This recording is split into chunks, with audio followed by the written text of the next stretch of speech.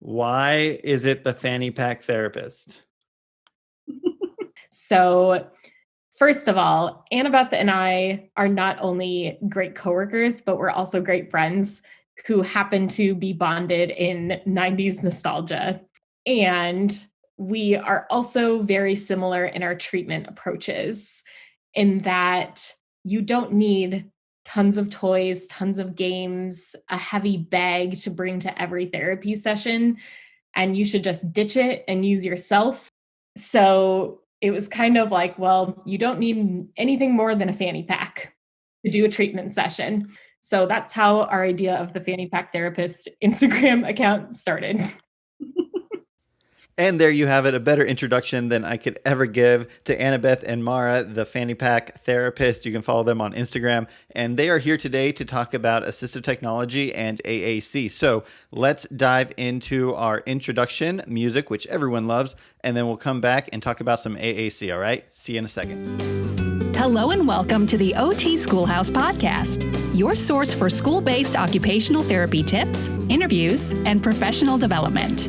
Now, to get the conversation started, here is your host, Jayson Davies. Class is officially in session.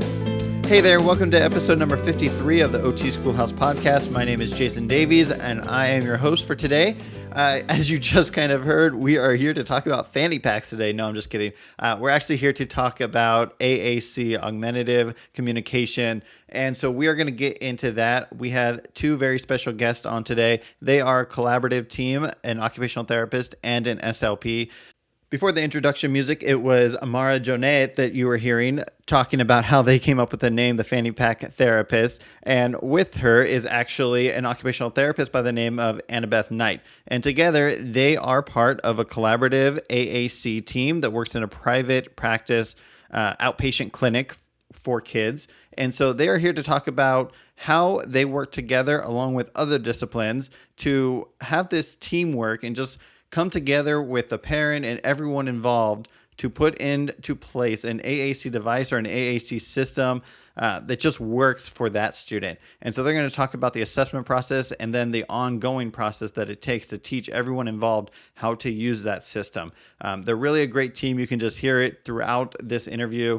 They're really amazing, and I'm excited to have them on. This is actually the first time we're having a speech and language pathologist on the show, so that's very cool.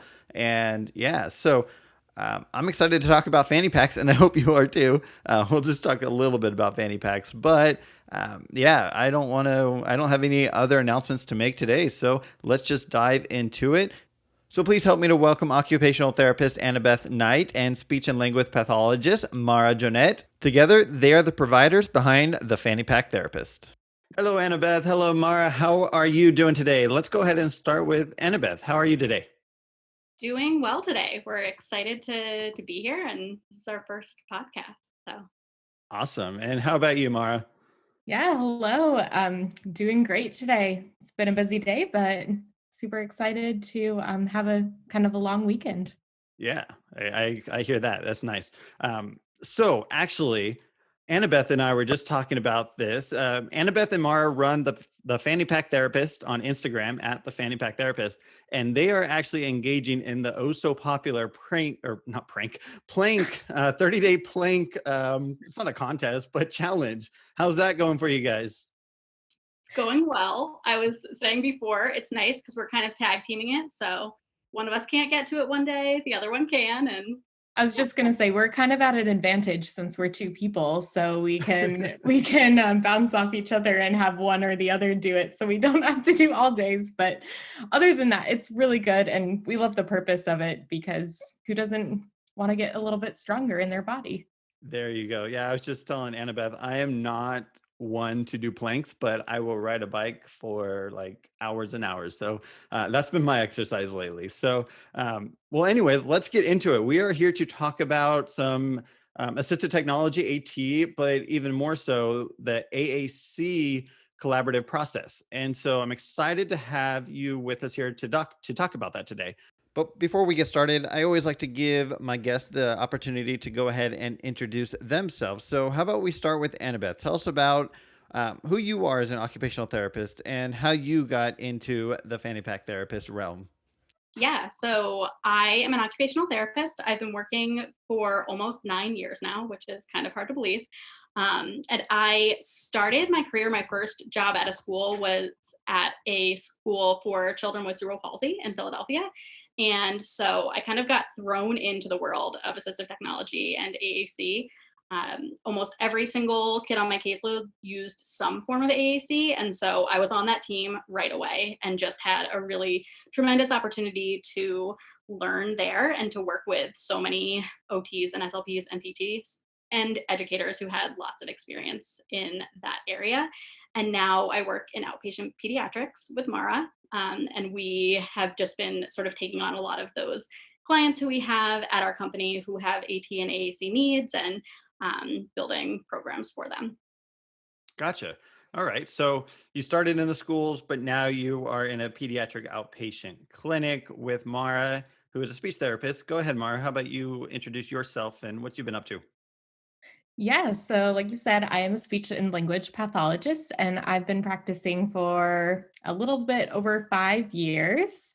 And in terms of like my passions, I'm really just passionate about complex communication needs and AAC. So I was lucky enough to kind of cater my entire graduate school around placements with students who Hmm. use AAC just to really learn that area. And I have only been working in an outpatient pediatric facility, but I love it because I get to wear many different hats. I get to wear a feeding therapist hat, and then I jump into an AAC session, and then I jump into a language session. So it's never a dull moment. And I just love that I get to play for my job.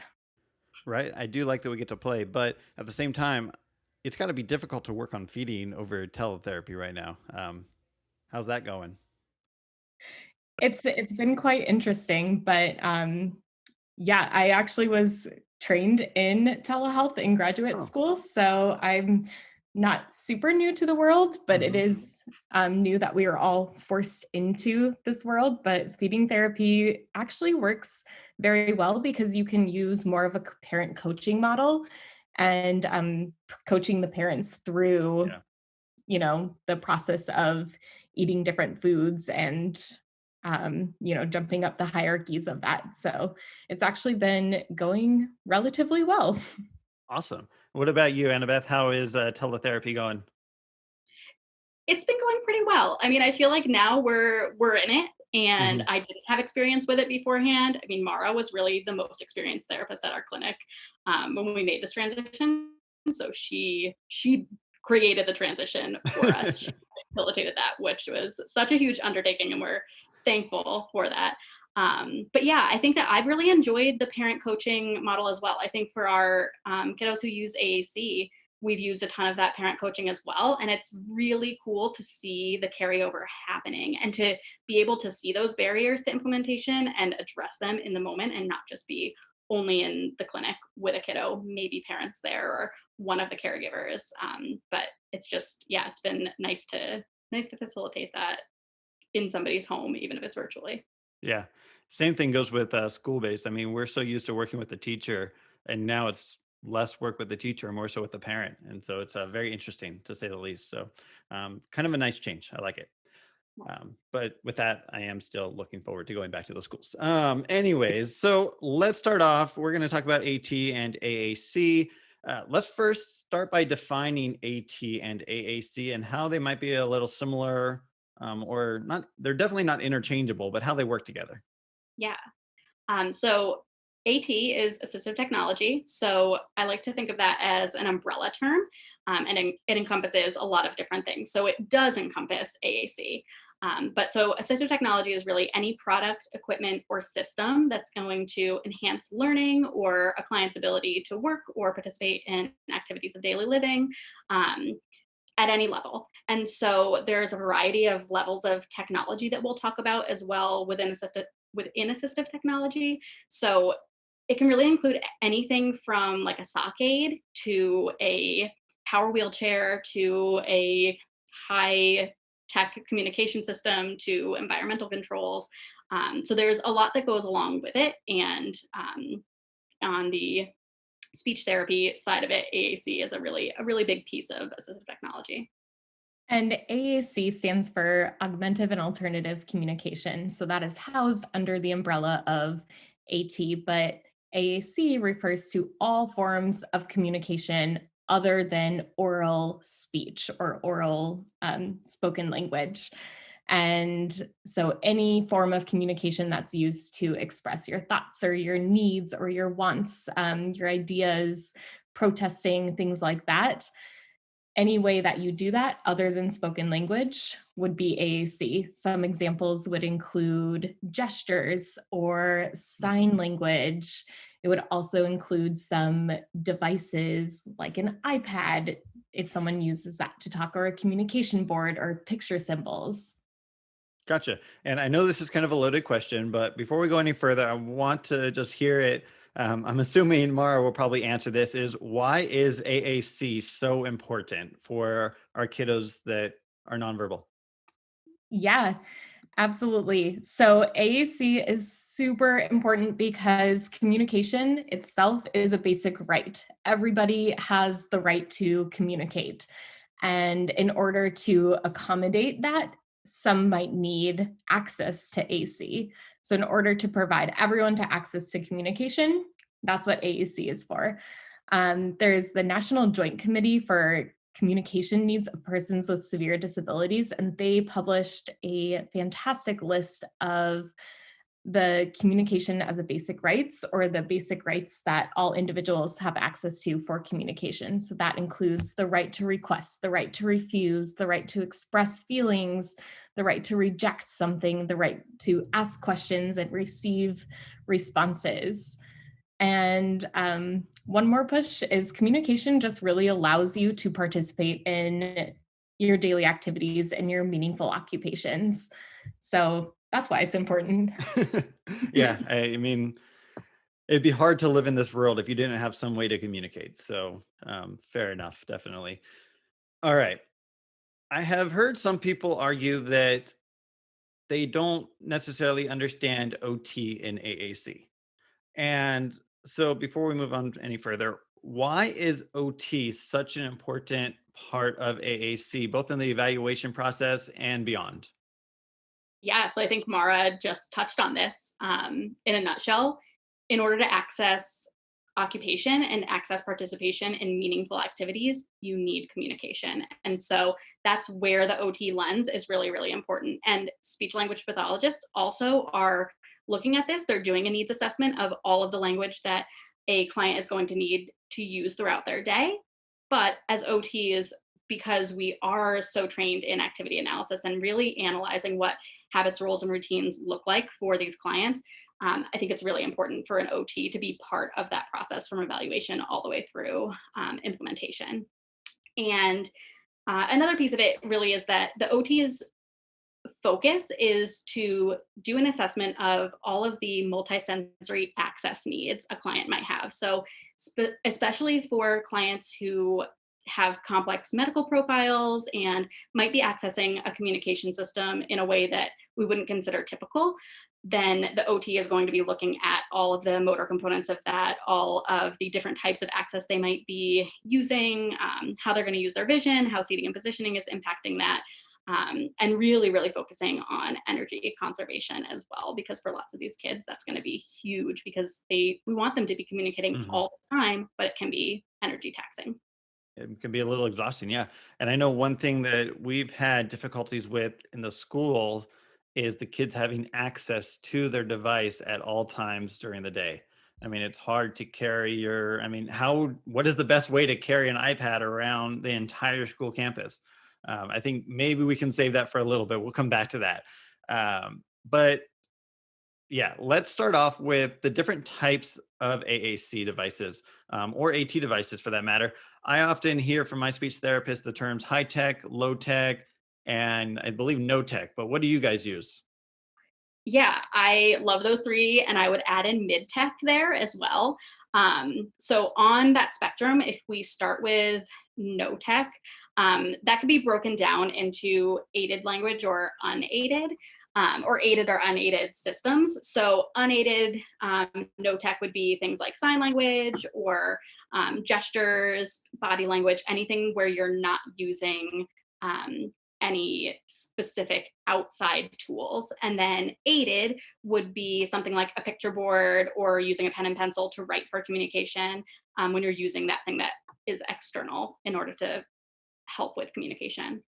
Low tech then is going to refer to communication boards that have symbols or that have words, and that would be something that you might be pointing to communicate, or you're accessing with low tech eye gaze, so you're looking at the symbol or the word that you want to communicate, or you might be doing partner assisted scanning where a communication partner is working with you and they're reading through your choices and you're indicating yes when you get to your choice that you want to communicate. And low tech might also refer to something just as simple as a pen and pencil, so you have access to written language. Okay, so just to write something down if that's easier. Yeah. Yep. So anything without technology that aids in communication would be low tech. Gotcha. Okay. And then mid tech starts to get into those like single or multiple message output devices. So some people might be familiar with like a Big Mac or a step by step. So this is where you can pre-program, you can record one or several voice messages that will speak upon activation, but they're not generative. So then those high tech devices are devices that are sort of like computerized communication systems where they are generative. You're able to access a really robust language system and you can create unique phrases. So those are the things that we'll refer to as speech generating devices, or like a device or a talker that a kid has is typically what that high tech is. Gotcha. And all right, so I hear you saying all these different types of things that we could potentially give to a child, student, parent, any person who needs some help with communicating.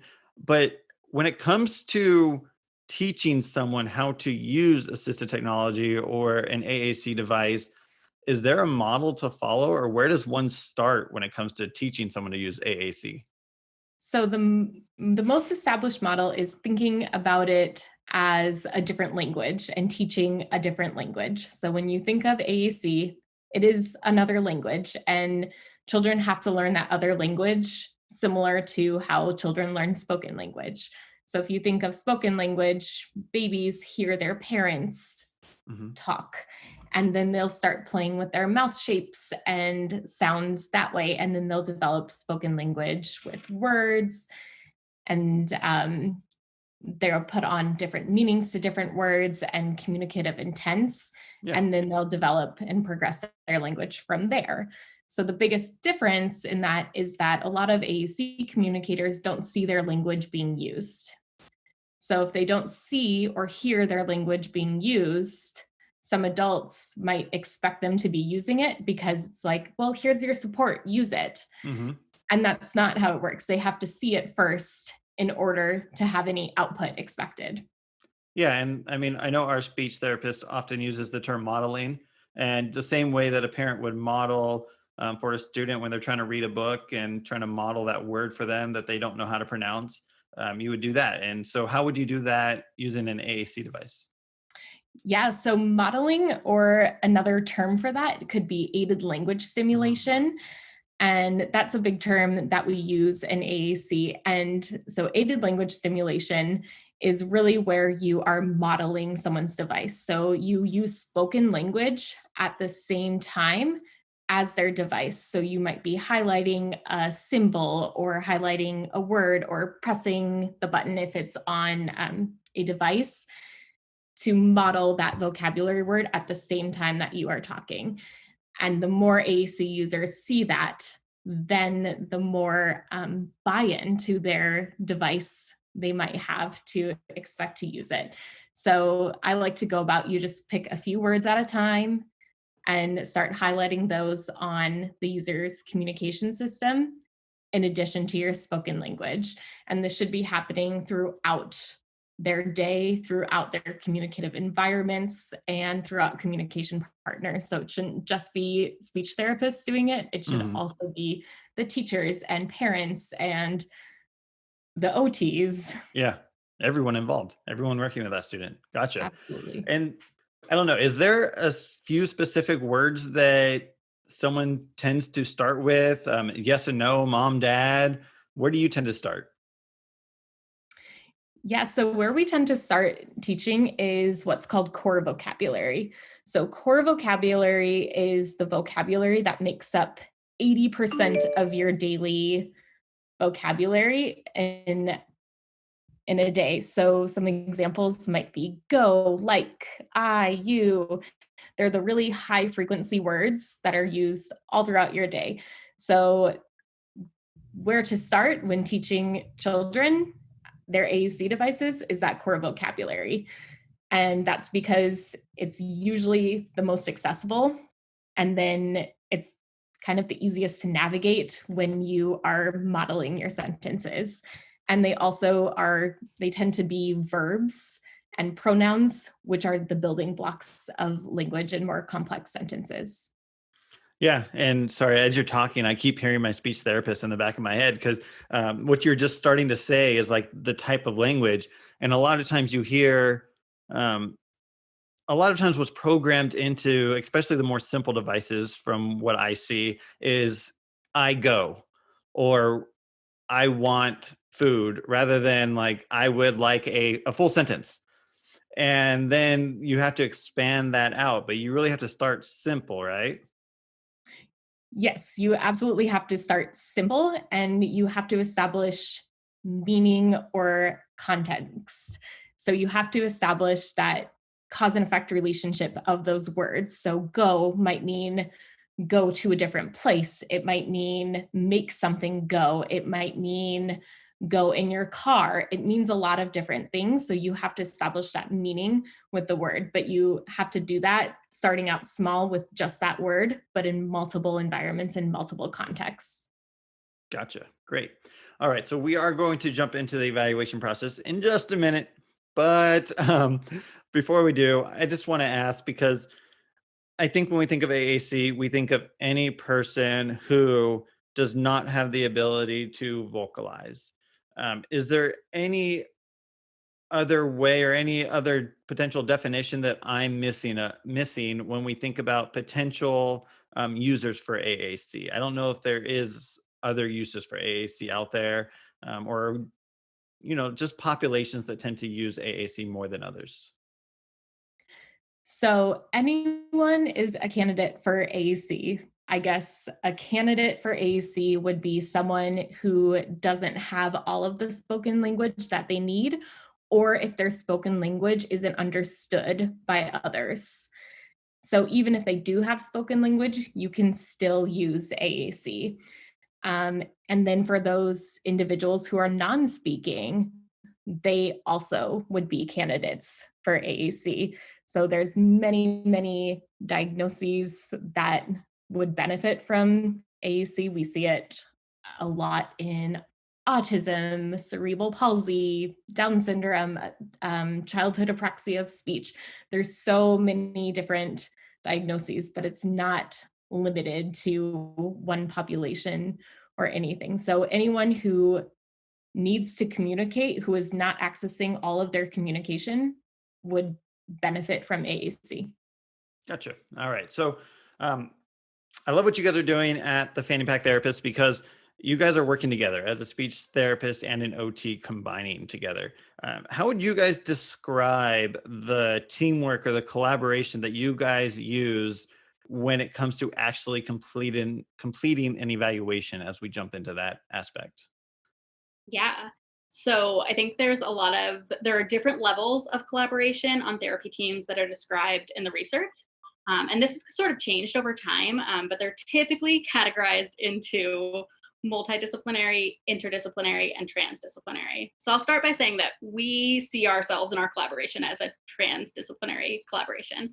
But multidisciplinary just simply means that there are multiple professionals on the team and that they may have common goals that they're working towards or common goal areas.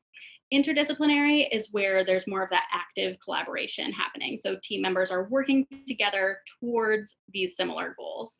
And then with transdisciplinary teams, there's a little bit more of a of shared roles in working towards shared goals. So there's a little bit more of that gray area between where scopes of practice are, who's taking on which pieces, and so much of that just depends on the individual experience of the professionals that are on that team. So the role that the OT takes on might be different if they're working with an SLP who's a new grad versus an SLP who has the same number of years of experience as them versus an SLP who's been in the field for 20 plus years.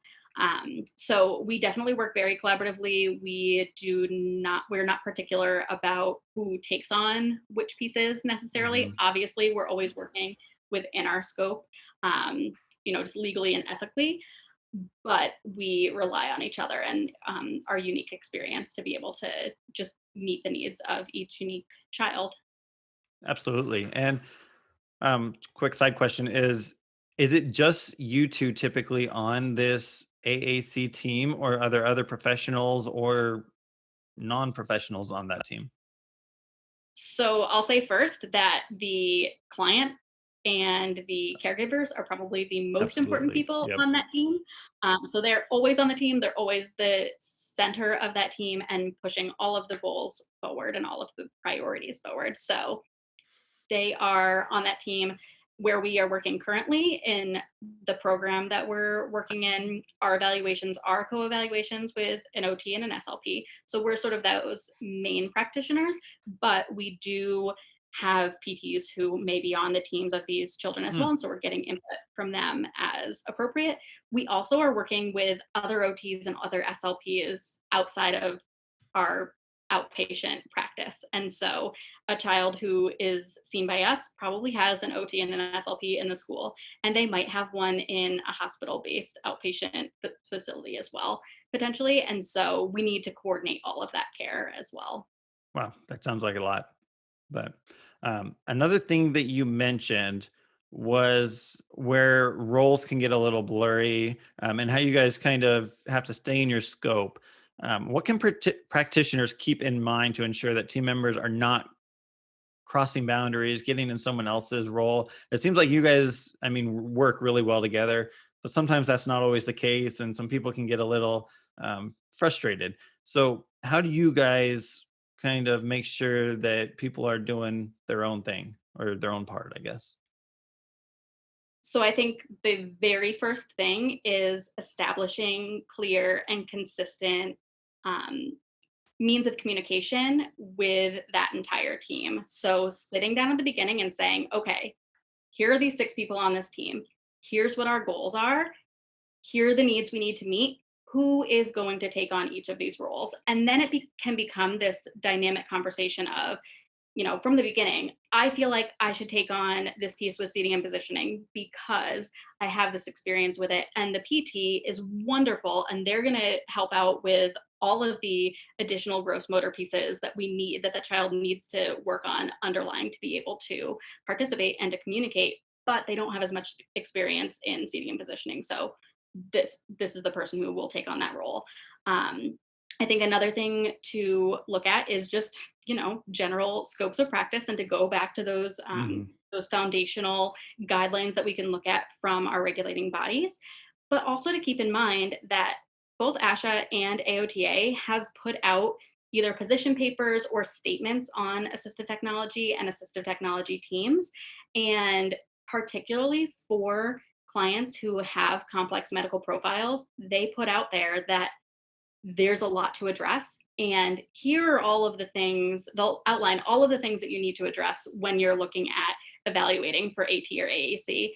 And they say the team has to have these competencies in order to do this well, but they don't break down who needs to take on which particular Mhm. role. So there is sort of that leeway of, if an OT doesn't have as much experience in working with a child with cortical visual impairment, but the SLP has 10 years of experience and almost all of their kids have had TBI, even though they're Yeah, not the one addressing it. yeah, They have a lot of great input. So, yeah, absolutely. it comes down to communication. Yeah, and knowing each other's strengths and weaknesses. I mean, like you said, you learn so much on the job, and so if there is a very experienced speech therapist, and a not so experienced occupational therapist, there's a lot of things where you'd probably want to either default to letting the speech therapist take on that role, or especially at least asking for their help and trying to figure out what you can learn from them. So yeah, I think Yeah, that's a great way that to was do that was me for sure as a new grad. I was it. out of the school and I was like, people would be looking at me for all these answers from the OT scope, and I had some answers, but I didn't have the experience with the population to know right away and to know the technology. So that's a big piece of it too. That's where experience comes in, is knowing the technology and keeping up with the changes in technology. Absolutely. And there's always things changing, man. With Yes. technology, it's crazy. There are always new apps, new language apps on the iPad, and they all cost $100 or more and get pricey, and just new things to learn. So, all right, let's kind of break down the evaluation process right now. I know we just talked about how sometimes things get a little blurry. You kind of take on roles that you just know because you've been doing this for a while. But traditionally, Mara, what would you say are the key speech components to an AAC evaluation that you look at? So in an AAC evaluation, a speech therapist would definitely be looking at how a child communicates, their expressive and receptive communication, and kind of doing an environmental inventory to determine the needs and the wants of the family or that child. All right, so we're all occupational therapists listening to this podcast. So we're going to need you to break that down a little bit. Expressive and receptive communication. Yes, so expressive language refers to what you are able to express or communicate. So in an AUC evaluation, that most likely will not be spoken language, or it will be spoken language that needs to be supplemented. So in that, SLPs are responsible for looking at how a child is communicating. Are they communicating by behaviors? Are they communicating by leading your hand to somewhere they want to go? Are they crying? What are they doing to communicate their basic needs or their basic wants? And we'll also look into how are they socially interacting? Are they playing with things, or are they demonstrating that joint attention, or do they greet others? We'll look at kind of the whole realm of communication in expressive communication and how the child's already doing that. And then receptive language refers to what a child can understand. So we'll look at what a child is understanding. Are they able to follow directions? If they have any language, are they able to answer any questions? Are they able to identify some objects? Those all relate to understanding. Gotcha. And would you actually look at their ability to use technology?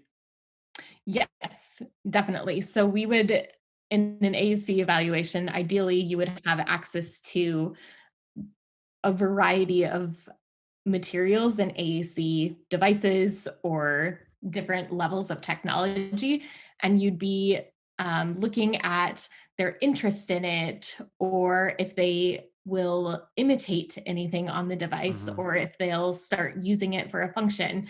In an AAC evaluation, I will be using a multimodality communication approach myself. So I might sign some words to a child and see if they are visually attending to that or interested in signing, or if they imitate any signs. But I might pull up a device that I have right next to me and kind of model some words and see if they're interested in that, or if they use it in Hmm. the evaluation, just kind of depending on the level of the child. And Yeah. then one important piece is really assuming that it's with a child, is that parent interview, because what SLPs will also do is do a parent interview to conduct an environmental inventory. So what are the needs of that family in order for communication to happen, or what environments does the child go to, and they need access to communication.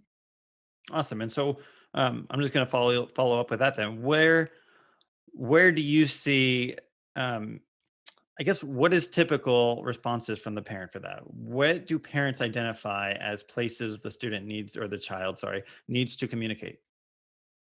We get a whole variety of that. A lot of it is basic needs, communicating that they have to go to the bathroom, communicating that they're hungry or thirsty.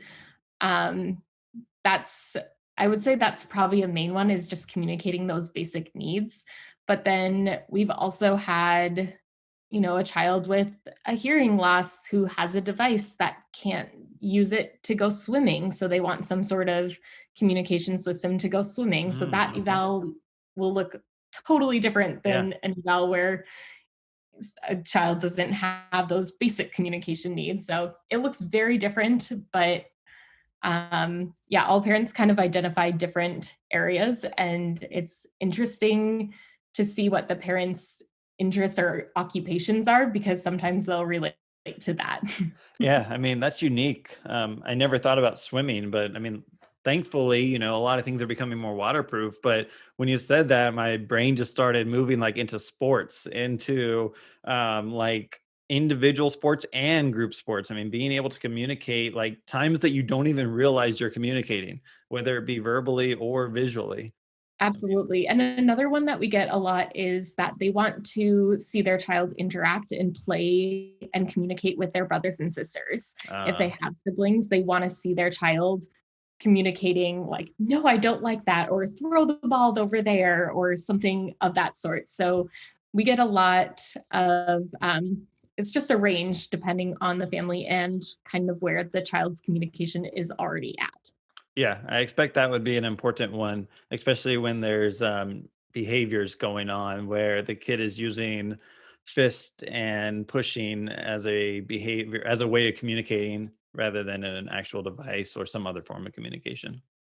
Yeah, Absolutely. So we definitely work very closely with behavior therapists yeah, and everything like that too, absolutely. if they're on the team. But I believe that a lot of those behaviors are communicative for Yeah, some reason. yeah. All right. So, did we touch upon all the speech areas? I mean, I know we can only go over so many. Obviously, every evaluation is totally different based upon the kid, individualized. But were there any other areas that you wanted to touch upon? I think we hit all of the main ones. Every Okay. evaluation is so customized and different. So I'm sure I'm forgetting a million things, but I also could go into a very long rabbit hole. So Well, in the no, interest of no doubt. And time, I mean, as you say that, I'm thinking there's probably someone listening to this podcast that wants me to ask, what technology do you use? Do you use an iPad? Do you use I don't know, whatever else is out there, Dynavox, whatever. But it's so you can't give me an answer on that, I'm sure, because every kid needs something different. every child needs something different, and every therapist has access to different equipment. So it really depends on where or what setting you're doing that evaluation in, because at our outpatient facility, we might have access to different apps, but we don't have dedicated devices. Or at a school, you might be only able to get one trial or loaner device to do that. And sometimes you don't even have access to any of that because that equipment is very expensive. Yeah, absolutely. Yeah. All right. So let's move into the OT side of the evaluation. Annabeth, you've already mentioned a few things: vision, seating and positioning, energy conservation. I'm sure there's more, but how about we go over those three? What key area are you looking for in vision?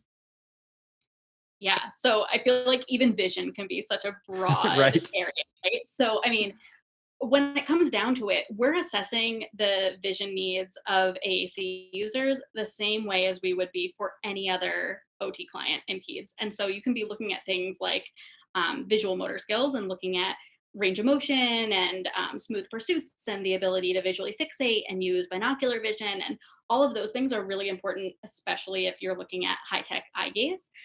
You want to have a really solid foundation in, is Hmm. this kid going to be able to look at all of the different icon selections on the screen? How big can that array be? How big do the symbols have to be? Or it could be, things that are as simple as, how are we going to position this device so that the child can view it? What is that going to look like for a child who uses a wheelchair and needs this device mounted? What is that going to look like? And this goes into seating and positioning, but what does that look like in different positioning Hmm. systems throughout the day too?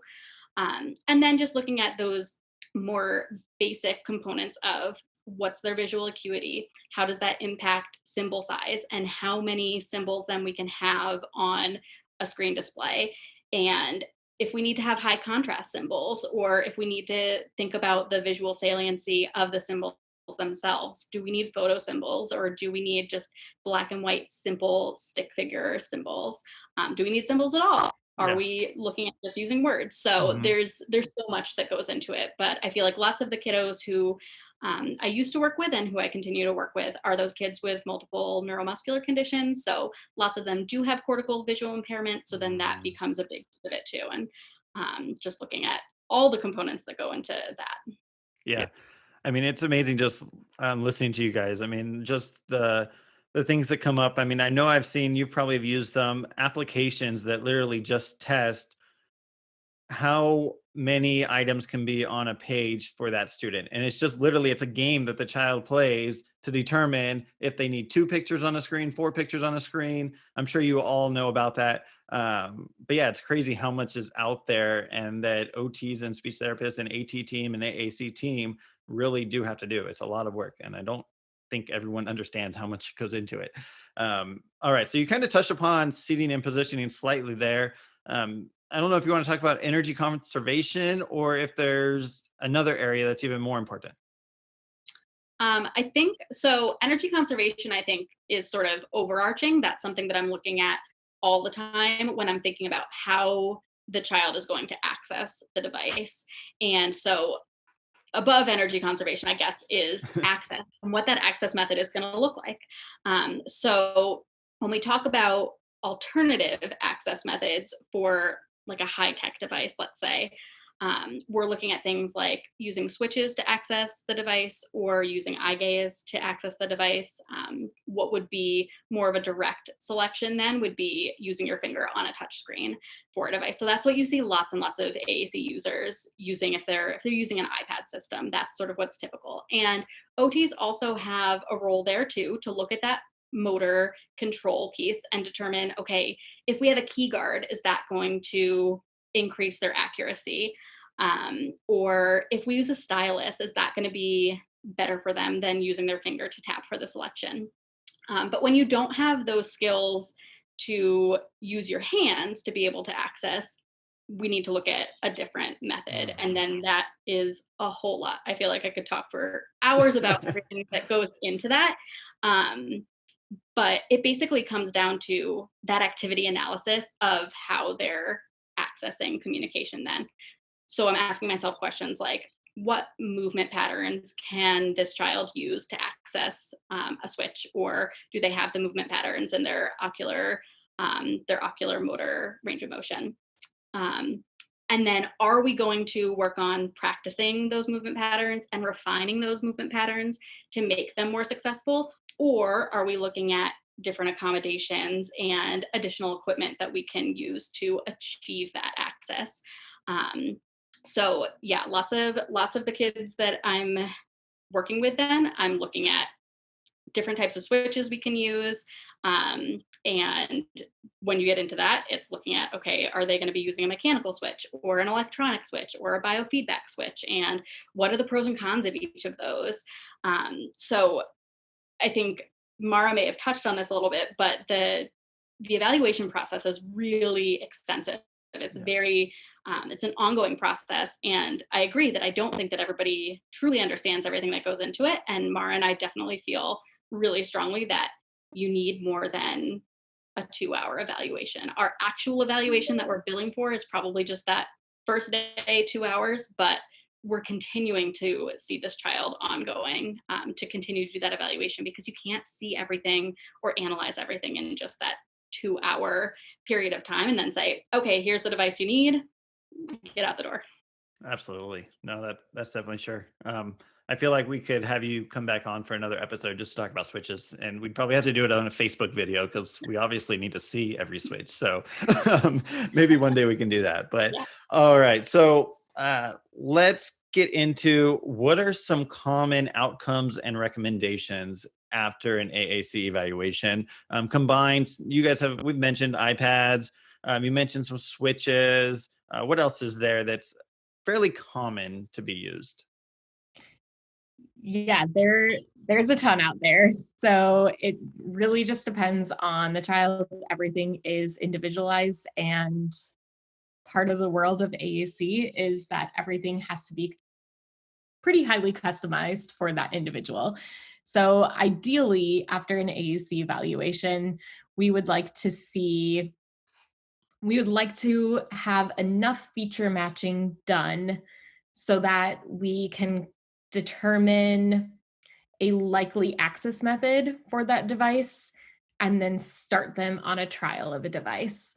One part that I don't think I mentioned in the AAC evaluation part is that we're also going to kind of look at their strengths in terms of, do they have categorical knowledge of, do they know, nature, and in nature you would find trees and leaves and grass, things like that, or do they have a strength in their motor planning? Because different applications and different language systems have either like categorical organization or a motor planning organization. So we're going to kind of tease that out.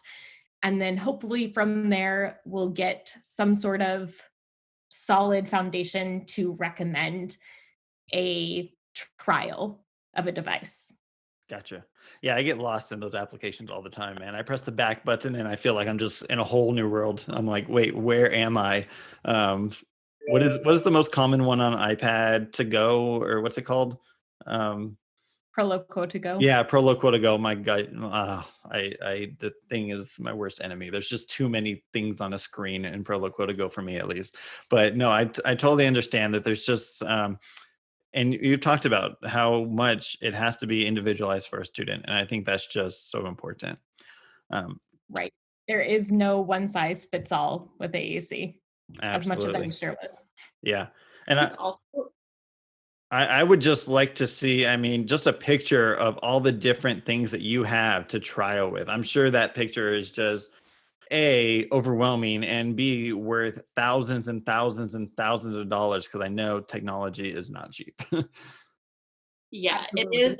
it is a lot, and we don't have everything yet. We work right now in a system where we have a lot of stuff in-house, but when we have a kid coming in for an evaluation, we're trying to do, during that intake process and during that consultation process, we're figuring out, do we have everything in-house for them, or do we need to work with vendors in our area to get something particular in? And so if it's a particular communication device, then yes, we want to try to get that in as a loaner beforehand, so we can do that during the initial evaluation, just get their hands on it.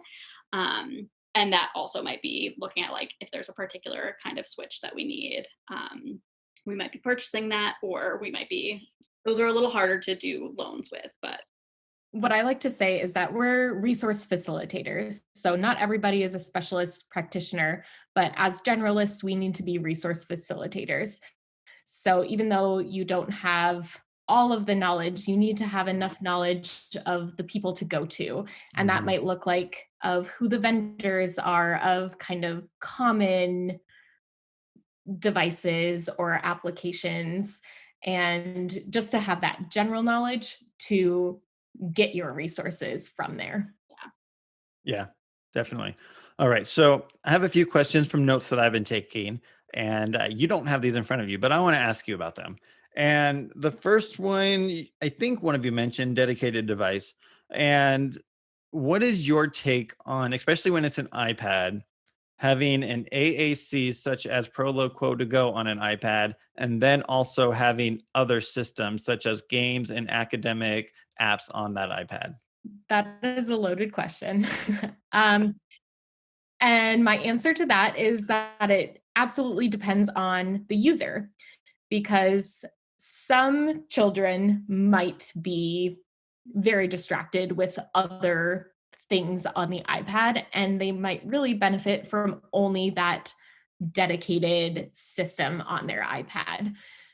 However, others might need to access leisure like Facebook or the internet or something like that. And if they can do that and communicate at the same time, then it should be all accessible in one. Insurance will have a little bit of a different story for you. They only fund dedicated devices. Oh, really? Yeah, so you're not allowed to put any, well, it depends, but for the most part, you're not allowed to put any other applications on. It has to Gotcha. be So from that device. they will authorize a purchase for an iPad, but they do not want other things on there. And I'm sure they probably have their ways of preventing you from putting other things on there if they wanted to. But that's kind of what you're saying, is that insurance wants that device to be only for communication. Yes, Oh, insurance interesting. generally, there's, insurance is very complicated, but Yeah, of course. generally they want to see that the device is only dedicated to communication. But we kind of believe that once a user is proficient, they should be able to kind of take control of their Yeah. ownership of that device and the other features that Yeah. they can use on their device. Yeah, I mean, the last thing we want is a kid who's really understanding how to use an iPad and his communication app to be like Rambo with two iPads on his back walking around, because he needs one to communicate and one to um, access Facebook, like you said. So, yeah, totally. Okay. Just to add on to that, in our school district, we're kind of going the opposite route a little bit, because we are working with mostly moderate to severe students when we're talking AAC. And a lot of times not their assisted technology, their iPad has a lot of academic games on it, and it has a lot of things that are a lot more interesting than Proloquo to go. And so oftentimes, I mean, we can lock things, of course, we can put guided access on there, but that's a pain in the butt, because then there needs to be an adult to come over to unlock their iPad so that they can go to Proloquo to go, so that they can find whatever folder that they need to do and find their words. Yeah. I don't know if you want to speak to that. I mean, I would argue that if all of those apps are way more exciting than communicating, then maybe the app that they're using, like maybe Proloquo or whatever it is, isn't the best fit for them, or they haven't had enough experience using it yet. Mhm. But I think that, I mean, I'm definitely a big advocate for having additional apps on an iPad, or even if it's a dedicated device, like if you get a dedicated system from Tobii Dynavox or Saltillo, you can get other apps and access to the internet and Okay. things on those devices as well. And they interface really well. Lots of those language systems are built to interface with Facebook or Instagram or Twitter, which can be a huge motivator. But you have to have the system unlocked in order to do Mhm. it. And I think, I mean, obviously, like Mara was saying, you have to strike that balance. But if that's the really motivating activity, then we want them engaging in those activities Yeah. that are really motivating, that they want to communicate about. And I Yeah. would also add that if those applications that are super fun that they just want to play all the time, why aren't we using that and infusing their language in it? Because you can have, if you have access to your own device, you can be modeling that language the whole time. So just like when, I don't know, a child doesn't speak yet, you label what they're doing. Oh, I see you going to the Mhm. kitchen. Oh, you're opening the cabinet. You can model that language on their symbols or their system and say, you're popping the bubble, that's a blue bubble, or it's obviously not that Yeah. fast, but Yeah. you would model that language and then hopefully that buy-in is increased. Yeah, I mean, all it takes is time and energy. The entire team, like we talked about earlier, the entire team needs to know the application. The entire team needs to know the device, know how to model that device. And at the same time, there needs to be enough adults, especially when we're talking about school. If you have 8 kids in your classroom all using AAC, and half of them are using Proloquo, half of them are using a different system, it can be overwhelming for the teacher, especially if there's not enough staff to help them model it. And so I see where that can be challenging for a teacher. I mean, it's one thing for me to model it when I'm one-on-one with a student in the sensory room or in the OT clinic, or if you're working on language at the table, but it's hard in the classroom. So I get that. But that also leads to the next area, which is, from my understanding, many people, probably a large majority of them, that get a device for AAC, I have heard stop using it as soon as if they're using it in the schools, as soon as they're out of the schools, it's basically done. Or as soon as they go home, it's in their backpack. It doesn't come out of the backpack. What do you guys think about that? How big of a barrier is that? And what can we do to help overcome that? I think it's a huge barrier, and we see that across our outpatient clinic as well.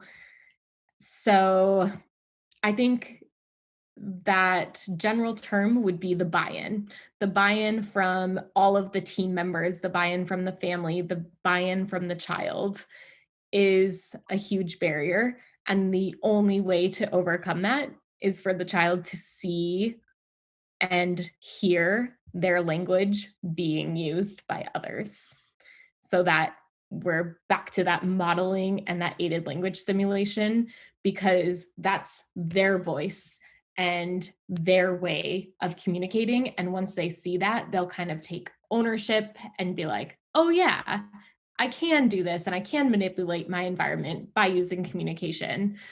But it's a team approach. So the parents have to be on board, the school has to be on board, other providers have to be on board, the babysitter, the brothers, the sisters. It's a huge team approach. And I think all you can do is advocate, and really hope that your team is collaborative and kind of willing to work together. Yeah. And based upon what you just said, I think I already know the answer to this, but what does the treatment activities, or what does treatment in general look like after the evaluation process? Are you teaching the child how to use the device? Are you coaching people? What does it look like? It's all of the above. It is, so in order to expect any output or language from a child, you have to have that input first. So for the first while, you are just going to be modeling before you're going to be modeling without expectation. And that's what all communication partners should be doing, modeling without expectation. Um, No, that makes Also, sense. we will be doing activities that are motivating for them to get them to communicate, and might throw in a couple communication temptations, like withholding a really motivating thing and making them say go, or Yeah. something like that, and reinforcing that behavior. That would be, or that communication, that would be something that we also do. But then a huge part of it is setting up all of their vocabulary to make sure that their vocabulary is meaningful and arranged in a way that makes sense for that individual.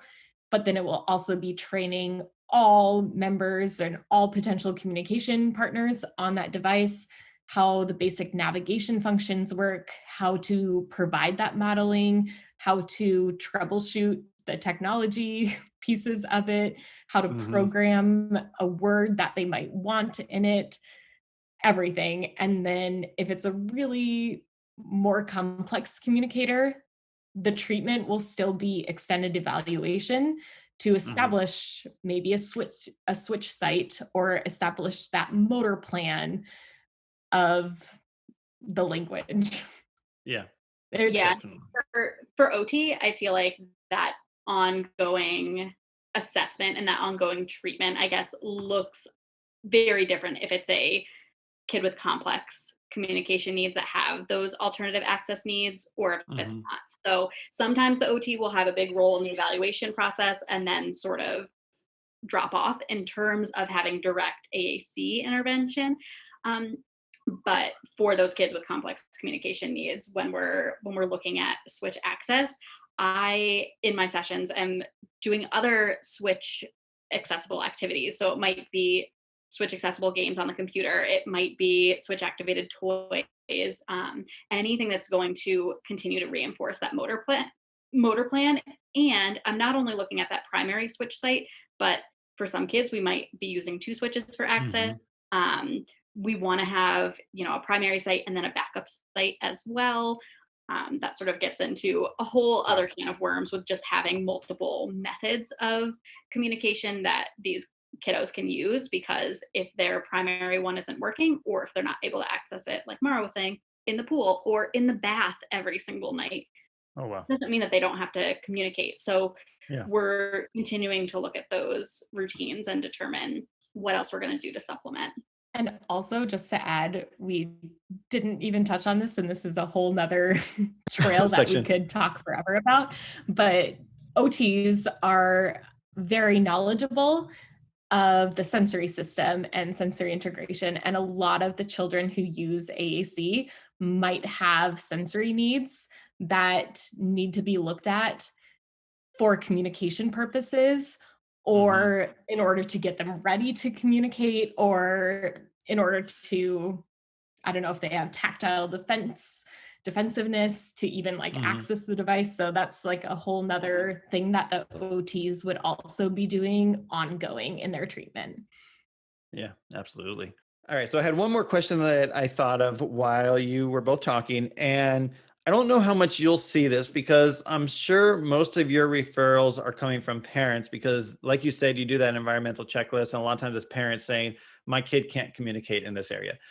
In the schools, sometimes those referrals are coming from the teacher or they're coming from a psychologist. And um, well, I mean, to put it short, we sometimes get parents that are timid of going down the AAC realm because they think it's going to hinder the vocal aspect that is very important to parents. Parents want their kids to talk. They don't just want them necessarily to communicate, but a lot of them actually have this deep desire to have them speak verbally, to hear their voice. Have you guys experienced that? And what are your thoughts? Yes, that is not unique to the school system. We definitely get parents coming in for an evaluation of their child can't communicate, and that AAC conversation has to happen. It's definitely a more tricky conversation because you are right. A lot of parents have this just desire to hear that spoken language, and so the route that we have to approach it in is kind of giving them the research. And the research is that AAC is meant to aid and augment communication. So it doesn't hinder any speech development or language development. It doesn't hinder anything. It only supports it and only allows that to grow and fosters that communication. So I like to always recommend a more multimodality communication approach so that, yes, we can absolutely still work on spoken language, but why don't we give them a way to communicate some needs while they're working on their spoken language? And sometimes that the way of phrasing it that way supports them a little bit in that process. And I think it's more of a difficult conversation of just any parent with a child of a disability. There are going to be things that are just going to have to be relearned and Yeah. reimagined. Yeah. And I'm sure you feel the same way as I do. I mean, it's not like it's hard to imagine a parent not wanting to hear their child's voice. Of course, every parent wants to hear their child's voice. I would want to hear my child's voice absolutely. And I think that can be almost s- probably a little defeating knowing that your kid is 4 or 5, 6 years old and you've never heard their voice. That's got to be tough. I mean, that probably is in itself its own therapy that might need to happen between the parent and a psychologist or the parent and someone. Um, but at the same time, I'm right there with you. I like the idea that you're talking about, doing, coming at it from both sides of it. And maybe does that look like potentially maybe speech therapy services once a week to work on language and a different service to work on the AT device or something like that? It could look like that, or it could look as, a whole session working on all those modes of communication all at the same time. Because the more modes that you give a child, the more likely they're going to pick at least one to communicate.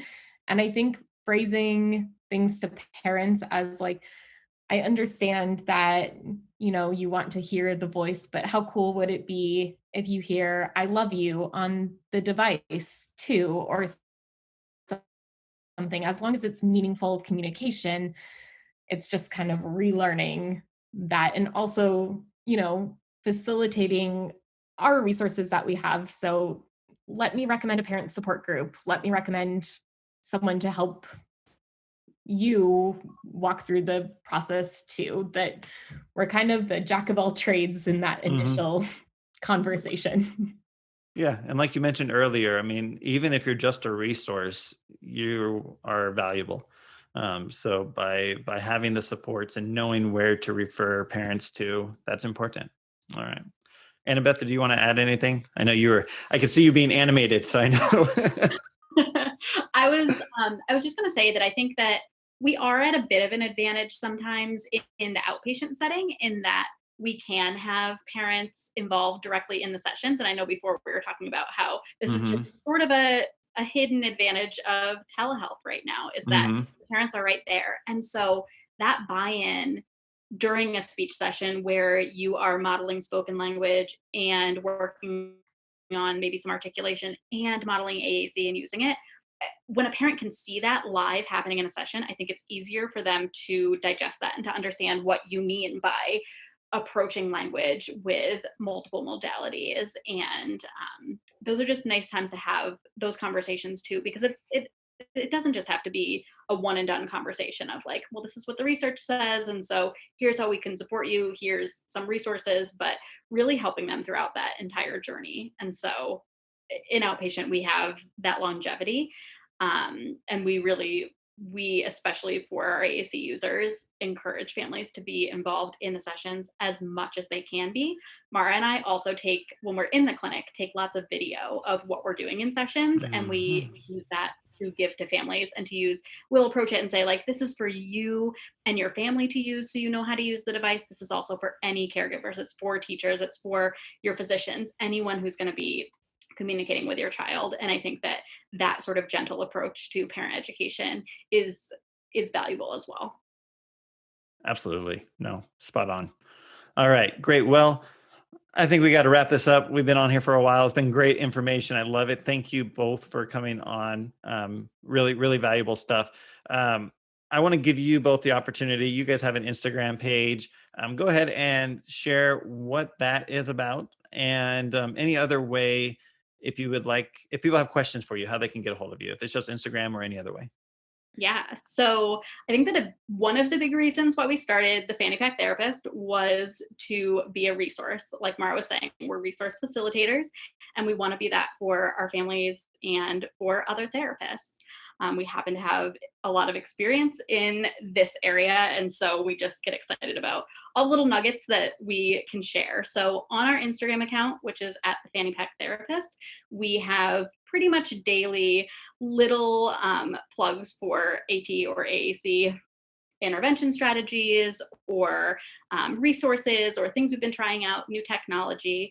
And we also have just started a blog, so we're excited about that as well. We want to have a little bit more robust information for therapists out there in the blog.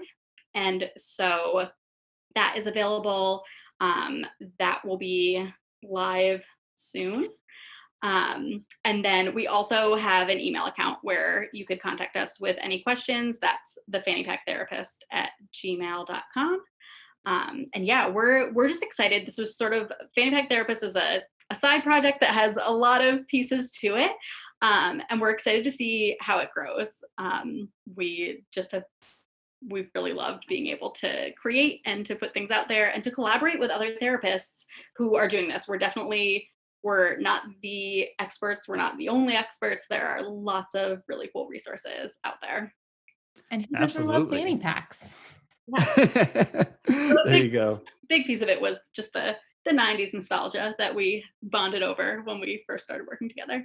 And also just being creative and using your therapeutic use of self. We're very big advocates for using, yourself as your main therapy tool, rather than bags of equipment and games and things to bring into sessions. We think that sessions should occur naturally, and that's where AAC is facilitated in the best, is those natural communication environments. Gotcha. Awesome. I love it. All right, guys. Well, thank you so much, Annabeth, Mara. Thank you so much for coming onto the show. I think there will be many, many OTs and other people, parents, speech therapists, other professionals that may listen to this episode that will find your information super helpful. Thank you for being open to questions from other people, potentially through Instagram. It is at the Fanny Pack Therapist on Instagram. That's probably the easiest way, I think, to get a hold of them. But yeah, thank you so much for coming on. I appreciate it. And have a great rest of your evening. Thanks so much for having us. Yeah, no problem. Take care. Bye-bye. Bye.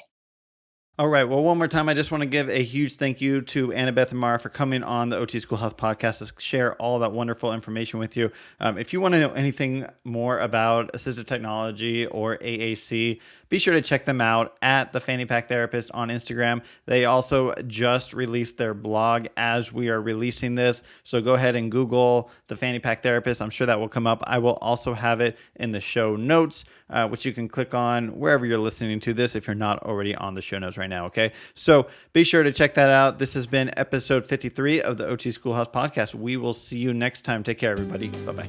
Thank you for listening to the OT Schoolhouse podcast. For more ways to help you and your students succeed right now, head on over to otschoolhouse.com. Until next time, class is dismissed.